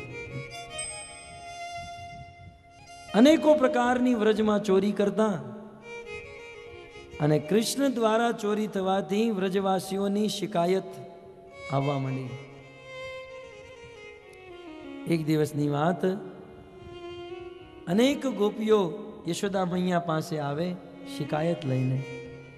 ભાગવતમાં લખ્યું છે, વત્સાન મુંચતી क्वचित असमये क्रोध संजात हास। વ્રજમાં કૃષ્ણની શિકાયત બહુ થતી, બલદેવજી શિકાયત કરતા। કૃષ્ણ જ્યારે બલદેવ સાથે રમતા તો રમતા રમતા કૃષ્ણ હારી જતા। કહેવાય છે બે પક્ષ ઉભો રહેતો, એમાં કૃષ્ણનો પક્ષ હારી જતો, બલદેવજીનો પક્ષ જીતી જતો। તો જે હારી જાય એને ઘોડો બનવાનું હોય, એની ઉપર જીતેલો પક્ષ બેસે અને પછી જે નક્કી કર્યું હોય એટલું ઉઠાવીને લઈ જવાનું। તો કૃષ્ણની ટીમ હારી જતી, બધા ઘોડો બનતા, કૃષ્ણ ઘોડો નથી બનતા। તો બીજા પક્ષના કહે ચલો કૃષ્ણ ઘોડો બનો, હું નહીં બનું। અરે ઘોડો બને એમ કહું છું ને, હું નહીં બનું, હું રાજાનો પુત્ર છું, રાજાના પુત્ર થોડી ઘોડા બને, રાજાના પુત્ર તો ઘોડા ઉપર બેસે, હું ઘોડો નહીં બનું। જો તારે ઘોડો ન બનવું હોય તો આજ પછી અમારી સાથે નહીં રમતો, જા। એમ કરીને કૃષ્ણને ધક્કો મારી દે, કૃષ્ણ પડી જાય, બિચારા બની જાય। કોઈ વાંધો નહીં, તમે મને નહીં રમાડો તો હું એકલો રમીશ। કૃષ્ણ દૂર મહાવન બ્રહ્માંડ ઘાટ દૂર જાય અને એકલા એકલા રમે અને રમતા રમતા માટી ખાય। બલદેવજીની નજર ગઈ, એમના મિત્રોની નજર ગઈ, બલદેવજી રોકે, કૃષ્ણ તું માટી નહીં ખાઉં, તને કહું છું, હું માટી ખાઈશ, તમારે શું લેવા દેવા, તમે તમારું રમો, હું મારું રમું છું। બલદેવજી કીધું કે હું તારો મોટો ભાઈ છું, હું તને કહું છું માટી નહીં ખા ને તો મૈયાને કહી દઈશ, હું કોઈ મૈયાથી નથી ડરતો, તારે કેવું હોય તો જા કહી દે। બલદેવજી દોડીને ઘરે આવતા મૈયા યશોદાને કહેતા, તેરે લાલાને માટી ખાઈ યશોદા સુન માઈ। આ સમસ્ત લીલાઓના ભજન સુરદાસજીએ લખ્યા છે સુરસાગર ગ્રંથમાં કે મૈયા તારા લાલાએ માટી ખાધી છે। આટલું ખબર પડતા જ મૈયા હાથમાં લાકડી લઈ કૃષ્ણ પાસે આવતા। દૂરથી મૈયાને જોઈ કૃષ્ણ સમજી જતા મૈયા હવે મને ખીજાશે, તો કૃષ્ણ લાળ બનાવીને માટીને ગળવાનો પ્રયાસ કરતા, પણ નાનું એવું મુખ, જલ્દી જલ્દી ગળવાનો પ્રયાસ કરે પણ ગળી ન શકે। યશોદા મૈયા કૃષ્ણ પાસે પહોંચે અને કૃષ્ણને કહે, કૃષ્ણ તે માટી ખાધી છે? હવે બોલવાનું તો મેં તો હોય નહીં, મોઢું બંધ રાખીને ઈશારો કરે, ભાવીએ તો મેં માટી નથી ખાધી। કૃષ્ણ તે માટી ખાધી છે। સુખદેવ ગોસ્વામી ભાગવતમાં કહે છે, કૃષ્ણએ કીધું નાહમ ભક્ષિતવાન અંબ, હે માં મેં માટી નથી ખાધી। તો શું આ તારા બધા મિત્રો ખોટું બોલે છે? કૃષ્ણ કહે છે સર્વે મિથ્યાભિસંચિન, આ બધા ખોટા છે। અચ્છા ચલો આ તારા મિત્ર ખોટા હોય, તારો આ મોટો ભાઈ ખોટું બોલે છે? એ કે એ તો સાવ ખોટો છે, મોટો છે પણ હાવ ખોટો। મૈયા તને નથી ખબર, કૃષ્ણ હવે યશોદાને વાત બદલી રહ્યા છે, પલટી રહ્યા છે કે યશોદા ભૂલી જાય આ માટી ખાવાનો પ્રસંગ। કૃષ્ણ કે માં આ મોટો છે પણ મને હેરાન કર્યા સિવાય બીજું કાંઈ નથી કરતો, મને કેટલું ચીડવે છે। એ રોજ મને એમ કહે છે કે તારા પિતા નંદ ગોરા અને તારી માં યશોદા પણ ગોરી, અને તું કાળો ક્યાંથી આવ્યો? તું નંદ અને યશોદાનો પુત્ર નથી, આ તારા માતા પિતા તને ખરીદીને લાવ્યા છે। માં તું સાચું કે, શું હું તારો પુત્ર નથી? તું મને ખરીદીને લાવી છો? મૈયા કૃષ્ણને તેડી લેતી જ્યારે આવું સાંભળતી। બલદેવજી ઘણી વખત કહેતા, કૃષ્ણ તું કાલા ક્यों है? तो इतना बता दे काना, तेरा रंग काला क्यों? तो इतना बता दे काना, तेरा रंग काला क्यों? तो काला होकर भी जग से निराला क्यों? तो काला होकर भी जग से निराला કૃષ્ણને સમસ્ત ગોપીઓ બલદેવજી ઘણી વાર કહેતા, કૃષ્ણ તું કાળો કેમ છે? તો કૃષ્ણ અનેકો બહાના બતાવતા, કહેતા હું કાળો નથી, પણ જે દિવસથી યમુનામાં હું પડ્યો અને કાળિયા નાગનું દમન કર્યું એટલા માટે હું કાળો થઈ ગયો. કૃષ્ણની આ વાત ઉપર વિશ્વાસ નહોતા કરતા. તો કૃષ્ણ બીજું બહાનું આપતા હતા, હું તો ગોરો જ હતો, પણ કાળી રાતે મારો જન્મ થયો એટલા માટે હું કાળો થઈ ગયો. કીધું આ ખોટી વાત.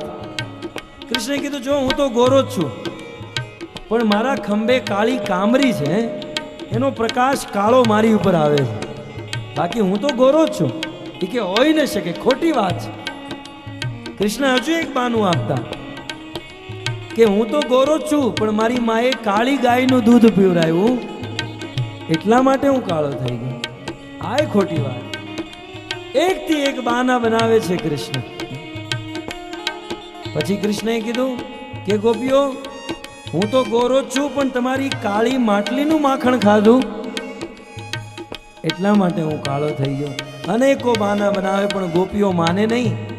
પણ અંતે જે કૃષ્ણ કહે છે અદ્ભુત, હૃદયને સ્પર્શ કરી જાય એવી વાત.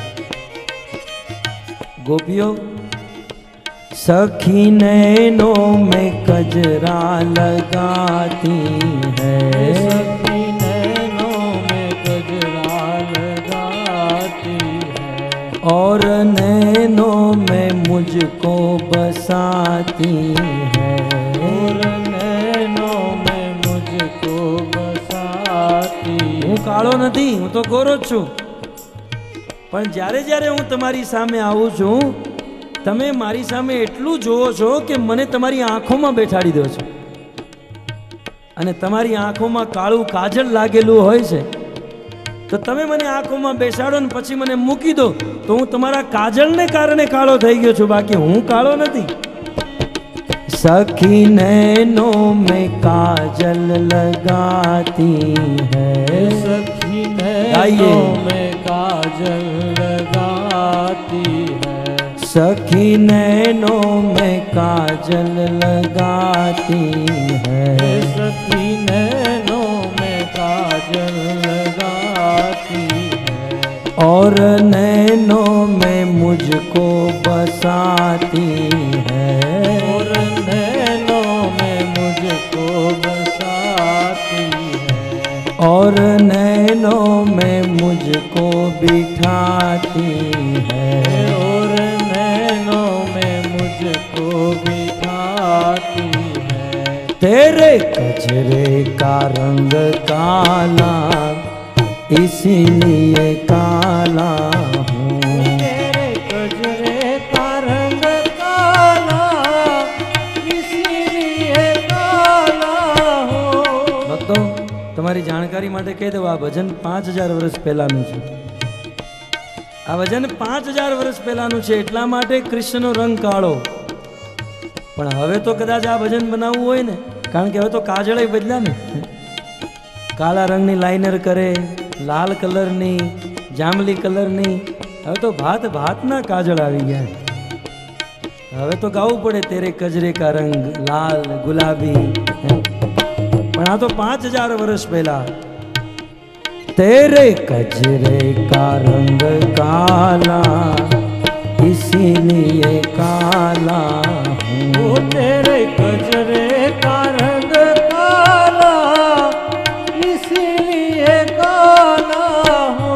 तू इतना बता दे काना तेरा रंग काला क्यों, तो इतना बता दे काला तेरा रंग काला क्यों. तू काला हो कर भी जग से निराला क्यों, तू काला हो कर भी जग पे निराला क्यों. તો કૃષ્ણ યશોદાને ભૂલવાડવા માટે અનેકો વાતો કહેતા, પણ યશોદા કૃષ્ણને કહેતી આ બધી વાતો તો પછી કરશું, પહેલા તો મને એ કે તે માટી ખાધી છે કે નહીં. કૃષ્ણે કીધું મૈયા મેં નથી ખાધી, આ બધા ખોટું બોલે છે. અચ્છા, આ બધા ખોટા અને તું જ હરિશ્ચંદ્રનો પુત્ર, હે, તું જ સત્યવાદી. કૃષ્ણે કીધું તને મારી ઉપર વિશ્વાસ નથી? યદિ સત્યસ ગિરસ તરહી, જો તને મારી ઉપર વિશ્વાસ ન હોય તો વ્યાદેહી, તો મારું મુખ જોઈ લે. આજે મૈયા છોડવા વાળી તો હતી નહીં. ખોલ તારું મુખ, બતાવ મને. હાથમાં લાકડી છે.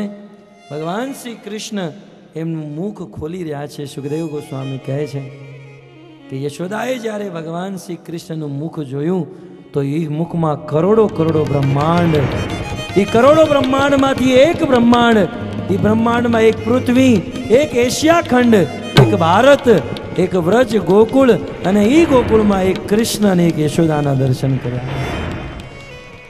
અને વિરાટ બ્રહ્માંડ સ્વરૂપના જ્યારે દર્શન કર્યા તો જે યશોદા કૃષ્ણને દંડ દેવા માટે આવી હતી એ જ યશોદા મૂર્છિત થઈને પડી ગઈ, મૂર્છિત થઈ ગયા. પણ અમુક લોકો ભગવાન શ્રી કૃષ્ણ ઉપર દોષારોપણ કરે કે કૃષ્ણ તો ખોટું કેમ બોલતા હશે, એમણે માટી ખાધી હતી તો કહી દેવું તો ને માટી ખાધી છે.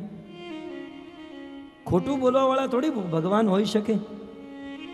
પણ ભક્તો, શાસ્ત્રને જો આપણે સમજીએ તો ભગવાનના કહેવાનો ભાવ એ હતો. મૈયાએ પૂછ્યું કૃષ્ણ તે માટી ખાધી? તો કૃષ્ણનો ભાવ હતો મૈયા મેં એકલાએ નહીં, આ જે શિકાયત કરે છે એણે માટી ખાધી.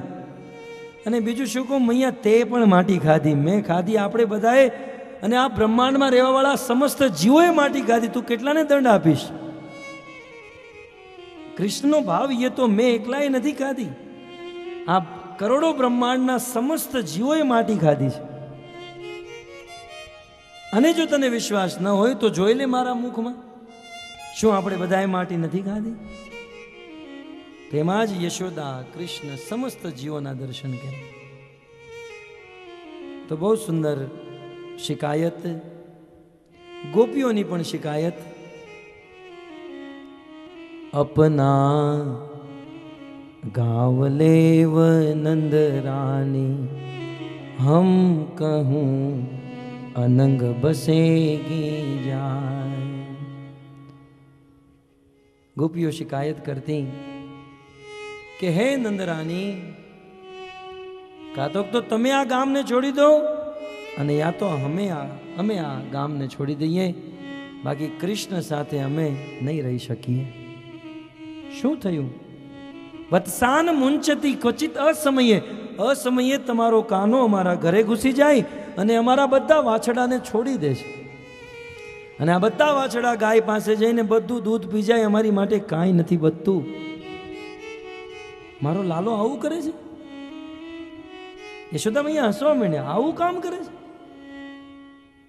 કદાચ જો મારો કૃષ્ણ આવું કરતો હોય તો તમારે એને ખીજાવવું જોઈએ. અરે શું વાત કરીએ મૈયા, જ્યારે અમે તમારા લાલાને ખીજાઈએ છીએ તો એ ઉપરથી અમારી ઉપર ક્રોધ કરે છે. ક્રોધ સંજાત હશે, અને અમને ક્રોધ કરતા કહે છે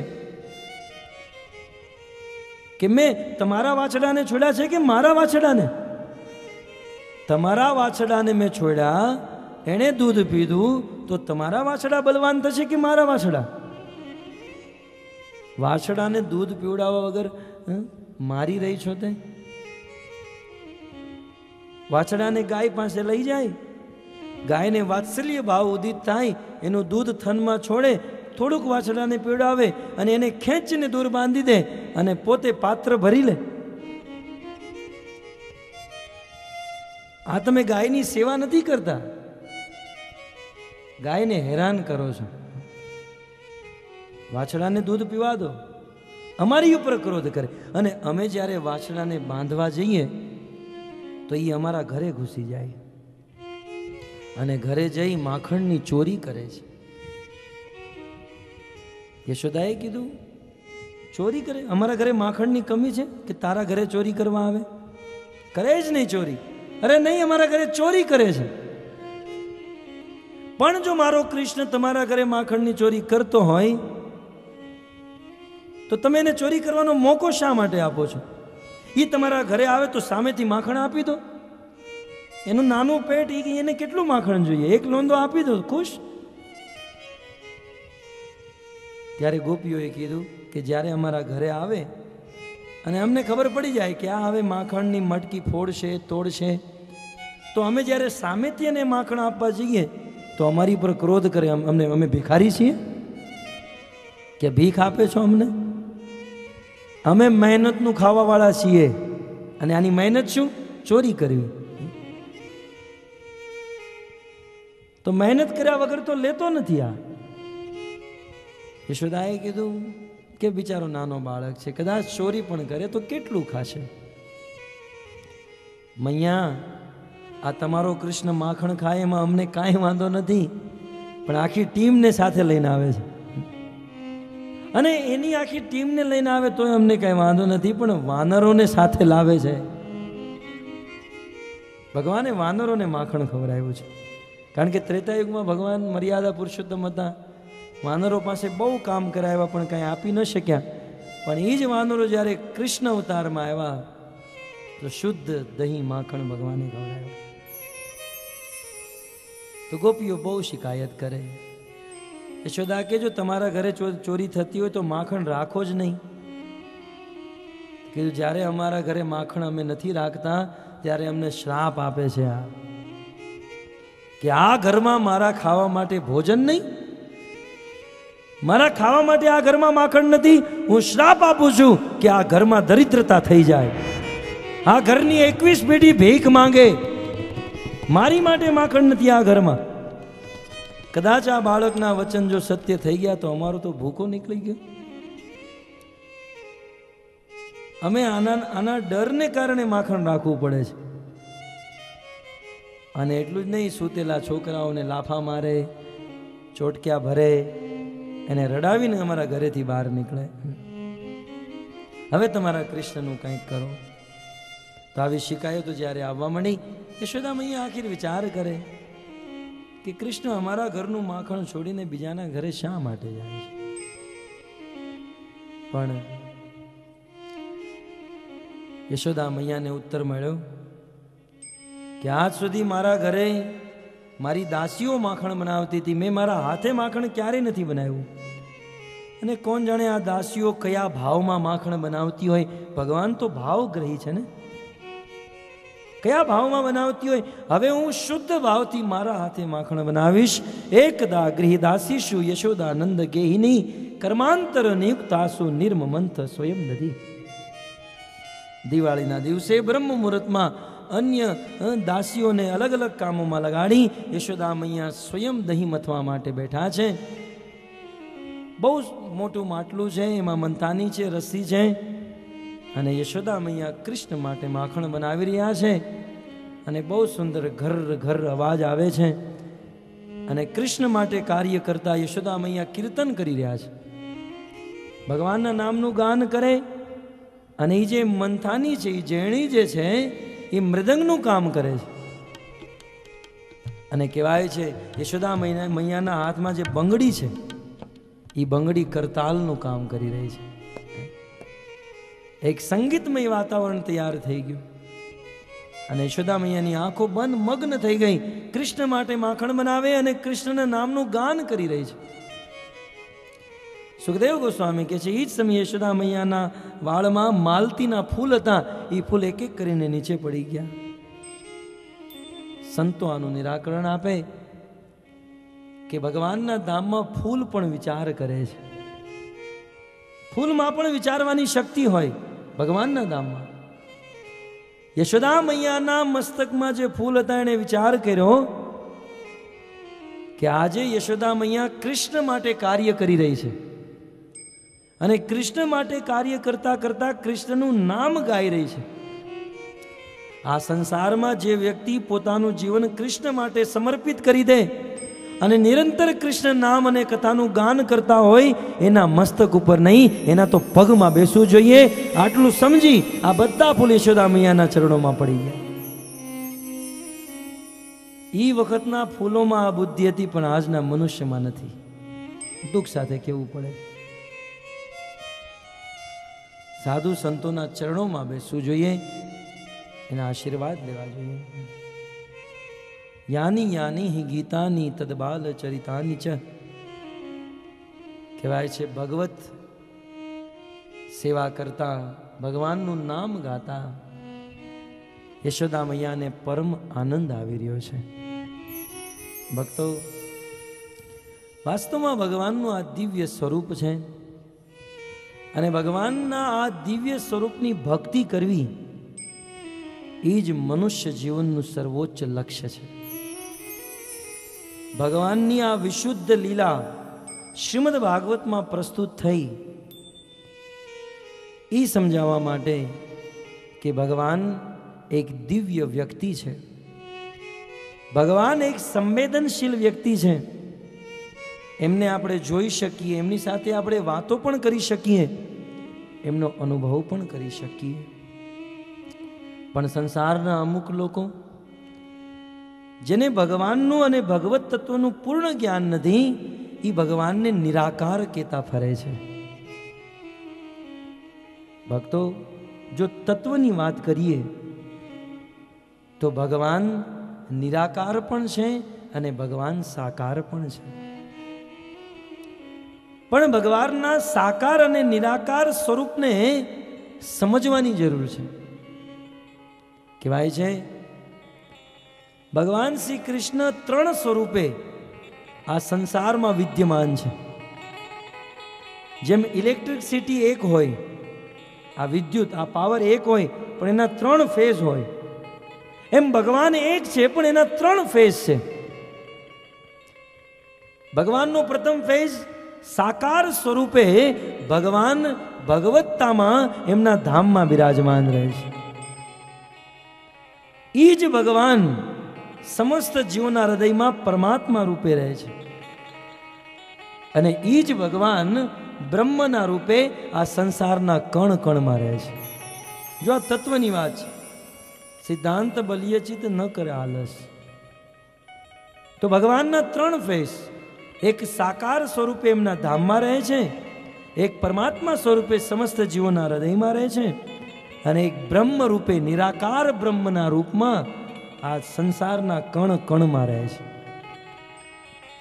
ઘણીવાર અમુક લોકો,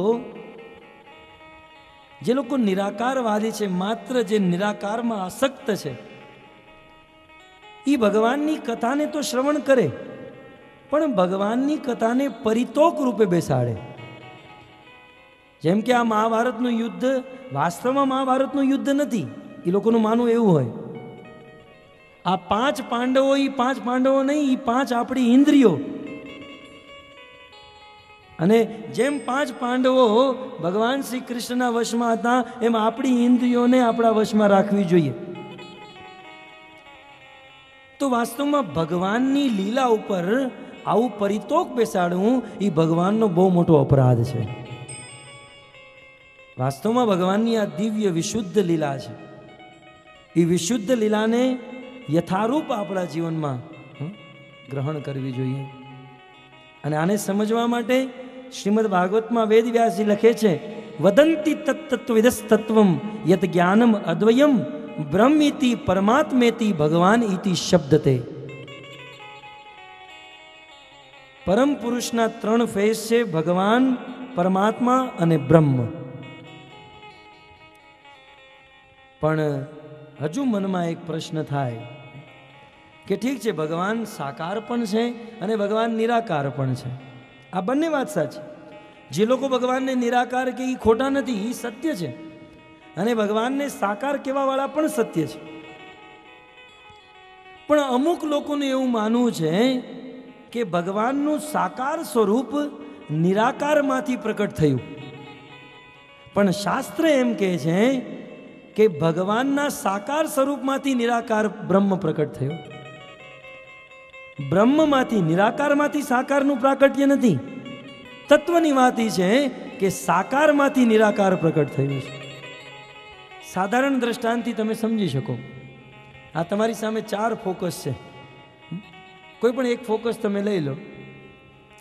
આ ફોકસ જે છે એ સાકાર છે અને ફોકસમાંથી જે પ્રકાશ નીકળ્યો એ નિરાકાર છે. હવે હું તમને કહું કે ફોકસમાંથી પ્રકાશ નીકળે છે કે પ્રકાશમાંથી ફોકસ નીકળે છે? સાધારણ બુદ્ધિથી તમે શું સમજી શકો? પ્રકાશમાંથી ફોકસ બન્યો નહીં, ફોકસમાંથી પ્રકાશ નીકળ્યો ને. તો ભક્તો એવી જ રીતે જેમ ફોકસ છે એમાંથી નિરાકાર પ્રકાશ ઉત્પન્ન થયો, એમ સાકાર ભગવાન છે એમાંથી નિરાકાર બ્રહ્મ પ્રકટ થયા. તો સાકારમાંથી નિરાકારની ઉત્પત્તિ થઈ. એટલા માટે જે મજબૂત પાસું, મૂળ પાસું જે છે એ છે ભગવાનનું સાકાર સ્વરૂપ. ભગવાનના સાકાર સ્વરૂપની જો ભક્તિ કરીએ, સાકાર સ્વરૂપની જો પૂજા કરીએ તો નિરાકારની પૂજા अपने आप થઈ જાય. એ અલગથી નિરાકારની પૂજા કે કરવાની જરૂર નથી. અને સંસારના અમુક લોકોએ તો ભગવાનને નિરાકાર એટલા માટે કીધા કારણ કે આ પૂજા કરવાની જરૂર ન પડે. નિરાકાર ભગવાનને કહી દીધા એટલે ભગવાનને થાળે ધરાવવાની જરૂર ન પડે. કારણ કે નિરાકારની સાથે તો શું કરવું? પણ ભક્તો, ભગવાનને નિરાકાર કેવા, એ તો બહુ મોટો અપરાધ છે. ભગવાનની વાત જવા દો. કોઈ વ્યક્તિ એમ કે, એક પિતા એના પુત્રને કે, બેટા મેં તારી સગાઈ કરી નાખી છે. તેનો દીકરો કહે કે કોની સાથે કરી? મેં તારી જેની સાથે સગાઈ કરી એ નિરાકાર છે. હવે ઓલો શું વિચાર કરે? નિરાકારની સાથે હું ફોનમાં વાત કેમ કરું? નિરાકારની સાથે મળવું કેમ? નિરાકાર મારી સેવા કેવી રીતે કરી શકે? તો નિરાકારની સાથે આનંદ નથી, એની કરતા કરોડો ગણા આનંદ સાકાર સ્વરૂપ સાથે છે. તો તત્વની વાત એ છે, સાકારમાંથી નિરાકાર પ્રકટ થાય. અને ભાગવતમાં વેદવ્યાસજી સાકાર સ્વરૂપ ભગવાન શ્રી કૃષ્ણની કથા શ્રવણ કરાવે છે. અને શાસ્ત્રમાં લખ્યું છે કે લોકો પોતાના જ્ઞાનના હિસાબે, પોતાની યોગ્યતા અનુસાર ભગવાનને પોતાની બુદ્ધિ અનુસાર સમજી શકે. જે લોકો ઓછા બુદ્ધિમાન છે એ લોકો ભગવાનને ખાલી બ્રહ્મ જ માને છે. એની કરતાં વધારે બુદ્ધિમાન છે ભગવાનને બ્રહ્મ અને પરમાત્મા પણ માને. અને જે સર્વશ્રેષ્ઠ પૂર્ણ બુદ્ધિમાન વ્યક્તિ છે, પૂર્ણ જ્ઞાની છે, એ ભગવાનને બ્રહ્મ પણ માને, પરમાત્મા પણ માને અને સાકાર ભગવાનના રૂપમાં પણ માને. તો અતઃ સારની વાત એ છે કે ભગવાન બ્રહ્મ પરમાત્મા અને સાકાર છે. અને સાકાર સ્વરૂપ ભગવાન શ્રી કૃષ્ણની ભક્તિ કરીએ, એમની પૂજા કરીએ. સુખદેવ ગોસ્વામી કહે છે કે આવા ભગવાન શ્રી કૃષ્ણની ભક્તિ કરવાથી, કથા સાંભળવાથી સંસારના વ્યક્તિ સમસ્ત દુઃખોથી મુક્ત થઈ જશે. અનેકો પ્રકારના કર્મબંધનમાં આપણે ફસાયેલા છીએ. આ સમસ્ત કર્મ બંધનોથી મુક્ત થઈ અને મૃત્યુ પછી ભગવાનના ધામની પ્રાપ્તિ કરી શકીએ. ભાગવતના 10મ સ્કંદમાં ગોપીઓ કહે છે કે હે કૃષ્ણ, તવ કથામૃતમ તપ્ત જીવનમ, તવ કથામૃતમ તપ્ત જીવનમ કવિભીરિતમ કલ્મષાપહમ. હે કૃષ્ણ, તમારી કથા, તવ કથા, તમારી કથા તપ્ત જીવનમ, આ સંસારના તપાયેલા દુઃખી જીવો માટે અમૃત સમાન છે. સંસારના દુઃખી જીવોને આનંદ કરવા વાળી. અને એટલું જ નહીં, કવિ બિરીડિતમ કલ્મષાપહમ, તમારી કથા જો કોઈ વ્યક્તિ સાંભળી લે તો જીવનના સમસ્ત કલ્મશથી મુક્ત થઈ જાય. કામ, ક્રોધ, લોભ, મોહ, મદ, માશ્ચર્ય સમસ્ત દોષોથી મુક્ત થઈ જાય. એટલું જ નહીં, શ્રવણ મંગલમ, તમારી કથા સાંભળવાથી જીવનમાં મંગલ હી મંગલ, સુખ હી સુખ, આનંદ હી આનંદ થઈ જાય.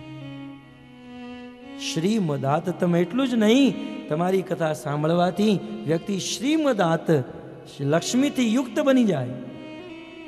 એના જીવનમાં સુખ, શાંતિ, જ્ઞાન, ધન, આ સમસ્ત વસ્તુનું વર્ધન થઈ જાય. અને હે કૃષ્ણ, ભુવિ ગૃણંતિ તે ભૂરી દાર્જના, આ સંસારમાં જે વ્યક્તિ તમારી કથા કરે છે, આ સંસારમાં જે વ્યક્તિ તમારી કથા કરાવે છે, ભુવિ આ ભૂમિ ઉપર એ વ્યક્તિ સૌથી મોટો દાની છે. દુનિયામાં દાન તો ઘણી પ્રકારના છે ભક્તો, પણ આ જગતમાં બધા કરતા મોટું દાન કયું? ભગવત કથાનું દાન કરવું.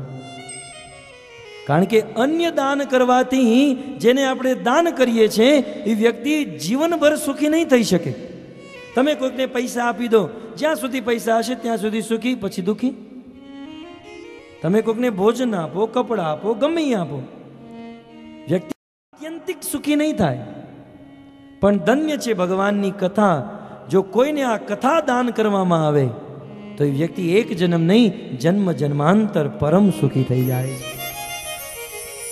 તો ભક્તો, આજે આ ગુજરાત, સૌરાષ્ટ્રમાં, ભાવનગર જિલ્લામાં અને આ ચકમપર જેવા નાના ગામમાં 7 દિવસ સુધી ભગવત કથાનું જેણે દાન કર્યું છે, વાસ્તવમાં એના ઋણમાંથી આપણે આ જન્મમાં તો મુક્ત નહીં થઈ શકીએ. કારણ કે ભગવાનની કથા આપવા વાળો લક્ષ્મીપતિ સાક્ષાત ભગવાનને આપી દે છે. તો ભક્તો, હું આપ સૌનો આભારી છું. વિશેષ આ ચકમપર ગામના નિવાસીઓનો આભારી છું કે આપ સૌએ શ્રદ્ધાથી, ઉત્કંઠાથી ભગવત કથાનું શ્રવણ કર્યું. સમસ્ત ભક્તોને હાર્દિક શુભેચ્છા, શુદ્ધ ભક્તિની મનોકામના.